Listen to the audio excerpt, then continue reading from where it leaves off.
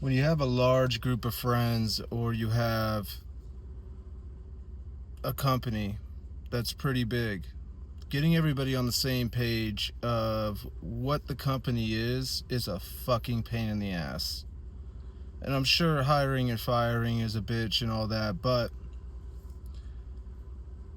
the more people, whether it's your friend group or if it's, a small business like a gas station, or it's a large business like a call center, it doesn't matter what it is, getting everybody on the same page is always going to be a pain in the ass. And the person that has to do that, like the main person that is pretty much sending out the doctrine of what it is that this company is going to be represented by. You know what I'm saying? Like what it is that when people think of us, this is the image that we're giving off, and this is how we work, and whatever that case may be. It doesn't matter if it's more libertarian, if it's more left or right, it doesn't really matter, okay? But you have to realize that in numbers doesn't necessarily mean power. It doesn't necessarily mean power. And the reason it doesn't mean power is because the more numbers you have, the less individuality that you actually gain. So for instance, if you are looking to build a small business of 6 or 7, and you're the owner of the company, and you want this company to be the most friendly company ever that goes way out of their way, and you're going to have losses. You're going to have losses when you want to be the say there's 4 or 5 other companies that are very similar to you that are right next to one another, like gas stations or whatever it may be. You're competing with customer service at that point, right?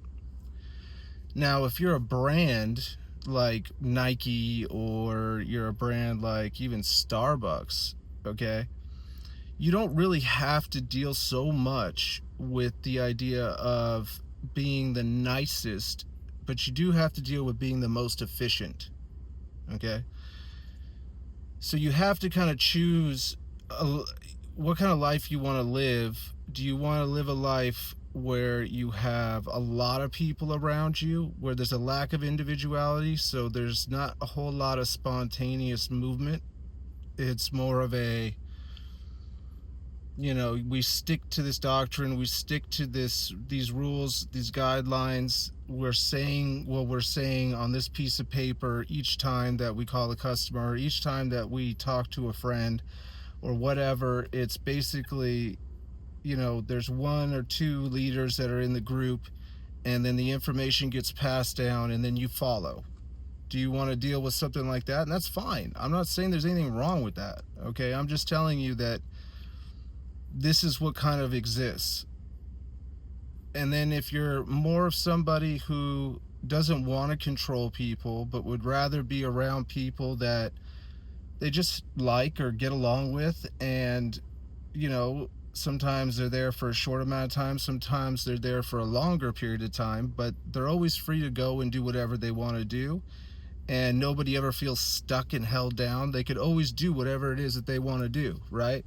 They could always be whoever they want to be. It doesn't matter around the entire group. You're going to need to have a smaller group. You're not going to have a group larger than 10. 10 is really pushing it. I would say 6 is probably the magic number when it comes to that.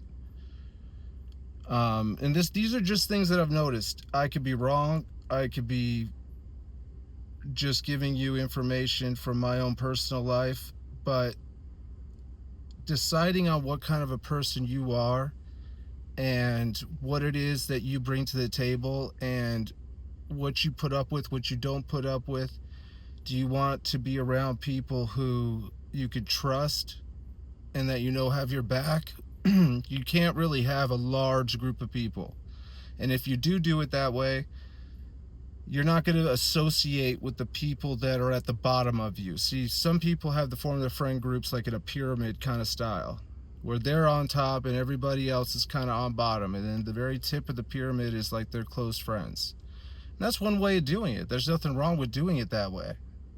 But if you want to have an even playing field where it's more of a spiral of, you know, friendship, where everybody kind of is connected to one another in some way, and everybody kind of agrees on where the group's going to go, what it is you're going to do, or even the company, okay, you're going to want to have a smaller amount of people that are involved.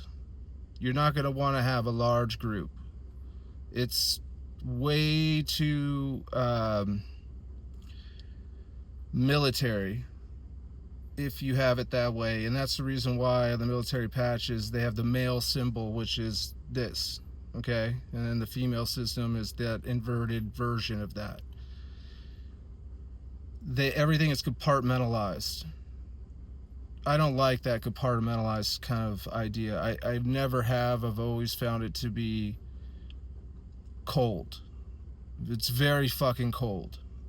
And I don't like being considered the leader of something, and I don't like being called that.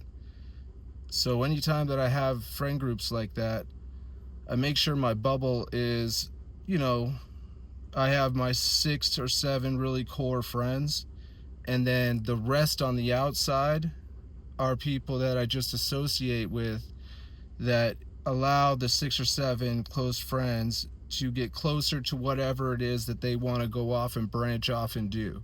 And I help them get to that. So whether it's like a job, or there's a woman that they like that they want to date, or if it's whatever it may be, the bubbles can touch other bubbles.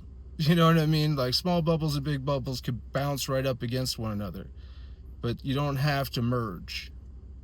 So keep that in mind with your life. If you're starting a business or you have a group of friends, who are you as a person, and what kind of life really suits you?